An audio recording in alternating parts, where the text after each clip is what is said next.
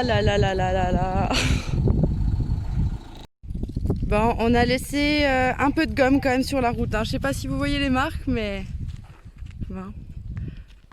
Ça va. On est monté. Bon, on a bien frotté le dessous. Il n'y a pas de dégâts? C'est légèrement griffé, mais ça va. C'est pas où un camping-car, hein. C'était sport. 500 Hein. mètres, Putain. à droite sur le carré dédicat à Première Médine. galère. Comme d'habitude, je trouve des spots sympas pour Olivier, mais un peu galère pour sortir. On va voir ça tout de suite.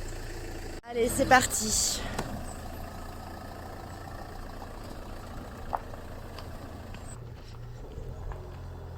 Est-ce que ça passe?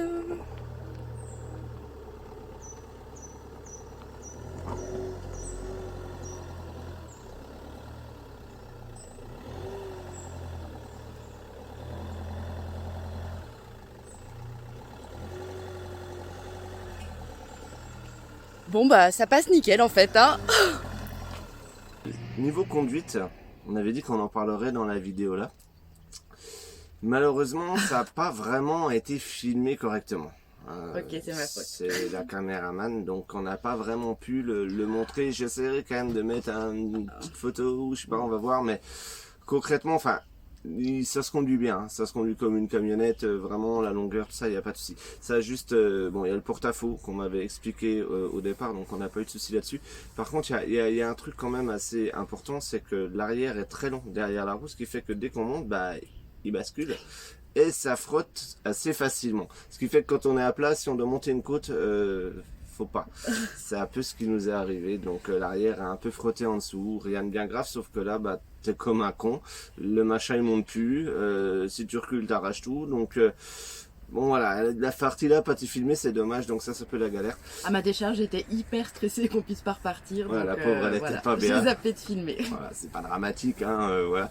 Mais bon, pour le coup, heureusement que c'est notre camping-car et pas une location, parce que je pense que la caution, elle aurait peut-être volé. On a un peu griffé le dessus. Bon, ça se voit pas en soi, mais c'est un peu griffé.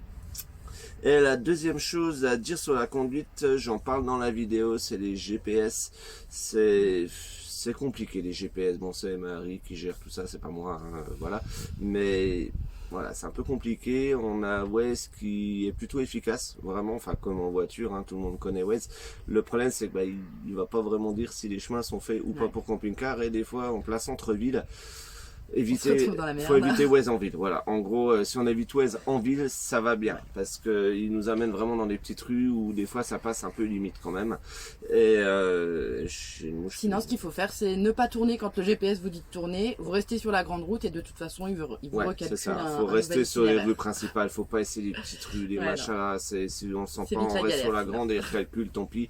Mais ouais, sinon les autres, bah, même le GPS spécifique camping-car copilote, c'est ça hein, qu'on a. C'est ça. Franchement, c'est vraiment pas top comme GPS quoi. Enfin, moi en tout cas, j'aime pas. Les limitations de vitesse sont jamais les bonnes. Il nous perd. D'un coup, il sait plus où il sait pas où il doit aller. Enfin, il sait pas recalculer si jamais vous avez oublié de tourner. Non, c'est vraiment pas top Copilote. Après, il y en existe certainement des autres.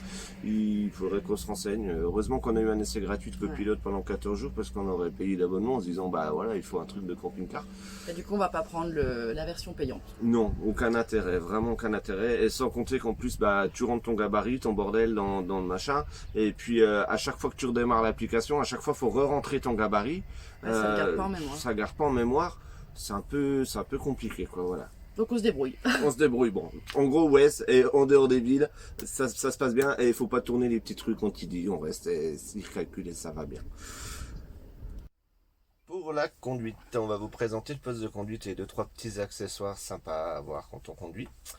Tout d'abord, eh bien, le chargeur de téléphone, c'est bête, mais avoir un double chargeur, c'est bien, ça permet de brancher les deux téléphones qui sont posés là et là. Et je vais couper, ça sert à rien qu'on voit ça.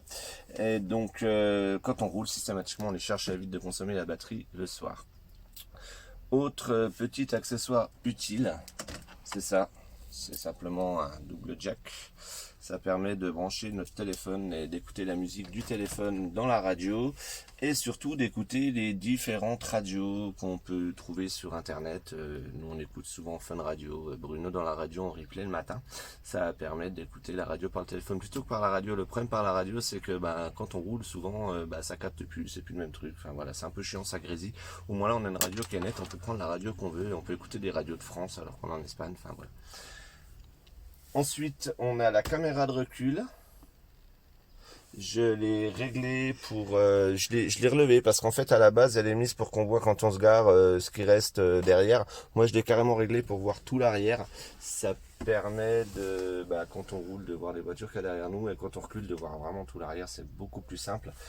Non, important, le rétroviseur, bien réglé sur le lit. Ça t'éclate, ça. Ouais, hein Olivier, il a un petit toc. En fait, quand il roule, il faut que le rétroviseur soit bien réglé pour qu'il puisse voir son lit. Mais tous les jours, il est bougé ce truc-là. Parce que quand on ferme les rideaux devant la nuit, on est obligé de mettre le rétro à plat, sinon il passe pas derrière. Et du coup, j'aime pas ce que je vois. Donc, je mets mon lit, je veux voir mon lit, voilà. Voilà. Et puis c'est mon problème. Voilà. Je fais ce que je veux. Ok. Voilà. Bon, il n'y a pas grand-chose à dire. Hein. Non, sur le poste de conduite, pas grand-chose. Après, le C'est reste, confort, c'est on est classique. bien.